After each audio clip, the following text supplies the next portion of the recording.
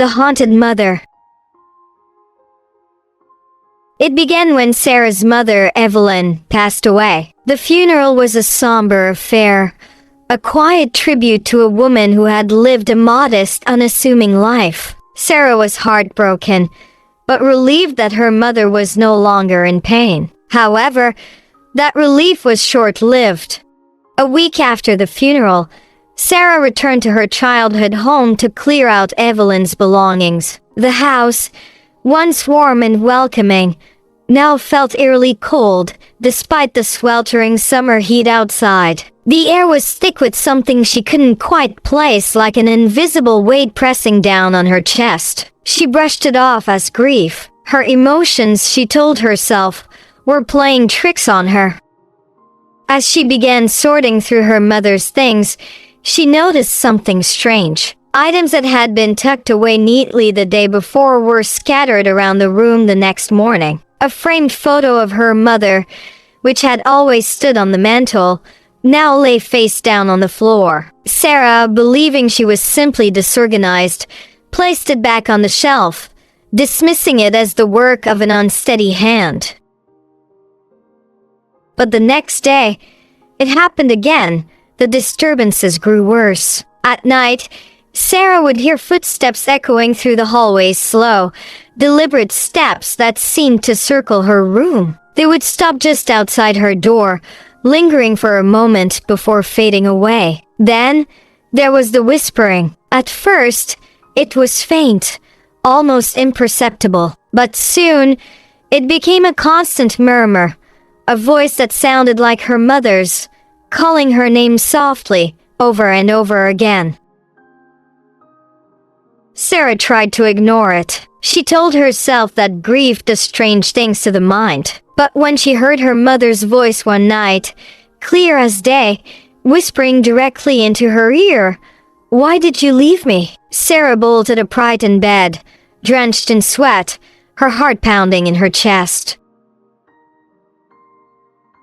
The haunting escalated. Furniture began to move on its own, chairs scraping across the floor, cupboards slamming shut, objects flying off shelves. The once familiar house had become a place of terror, and Sarah was barely holding onto her sanity. She sought help, contacting a medium in a desperate attempt to understand what was happening. The medium, an older woman named Mrs. Ashcroft, arrived with an aura of calm that immediately set Sarah at ease. But as soon as she stepped into the house, Mrs. Ashcroft's face grew pale. She glanced around, her eyes wide with something close to fear. "This house is not haunted by a stranger," she said quietly. "Your mother's spirit is still here, but something has trapped her." Sarah's heart sank. "Trapped?" she repeated. Mrs. Ashcroft nodded gravely. "There's a darkness here, a force beyond your mother's spirit. It's holding her captive, twisting her grief and turning it into something vengeful." The medium performed a ritual, burning sage and reciting incantations. The air grew thick, oppressive, as if the house itself was resisting her efforts. Shadows danced on the walls, flickering in the candlelight, taking on grotesque forms. Sarah could feel it, an overwhelming presence, cold and malevolent, lurking just out of sight. As the ritual progressed, Mrs. Ashcroft gasped, clutching her chest. "She's here," she whispered, her voice trembling. "She's trying to speak." Suddenly, the temperature dropped, and the room was plunged into darkness. The candles flickered out, leaving only the faint glow of the moon through the window. Sarah could feel something moving in the shadows, and then she saw her. Her mother, standing in the corner of the room, her face pale and sunken, eyes hollow and lifeless. She looked like a ghost, broken, tormented, a shell of the woman Sarah once knew. "Why did you leave me?" Evelyn's voice echoed through the room, but it was distorted, unnatural, as though something was speaking through her. "Why didn't you help me?" Tears streamed down Sarah's face. "I didn't know," she sobbed. I didn't know you were suffering." Her mother's figure flickered, her form becoming less human and more monstrous. Her mouth twisted into a grotesque smile, her eyes glowing with a dark, fiery light. "She's not your mother anymore," Mrs. Ashcroft cried, grabbing Sarah's arm. "We have to leave." But it was too late. The door slammed shut, trapping them inside. The air grew thick with the stench of decay, and the walls began to tremble. A low growl emanated from the shadows, and Sarah realized with horror that whatever was possessing her mother wasn't just a ghost. It was something far worse.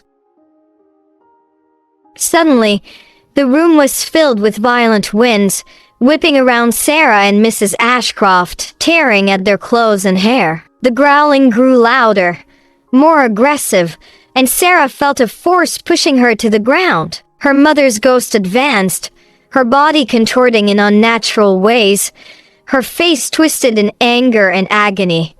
"She's gone," Mrs. Ashcroft whispered, her voice barely audible above the wind. "We can't save her. We have to break the bond, or you'll be trapped here too." With trembling hands, the medium pulled out a small vial of holy water and began chanting, louder and more forceful with each word. The darkness recoiled, screeching in fury as the liquid touched the ground. Sarah's mother let out a blood-curdling scream, her form dissolving into the shadows, but not before her eyes locked onto Sarah's one last time.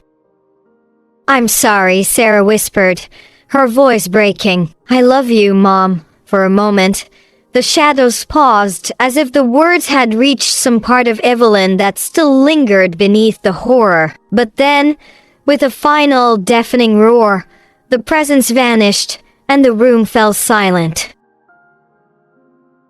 The house was still. The oppressive weight lifted, and the air felt lighter, breathable again. Sarah collapsed to the floor, exhausted, tears streaming down her face. Mrs. Ashcroft knelt beside her, gently placing a hand on her shoulder. "It's over," she said softly. "She's free." But as Sarah looked around the room, she couldn't shake the feeling that something had been left behind. The shadows still lingered in the corners, watching, waiting. And deep down, she knew the darkness wasn't truly gone. Not yet.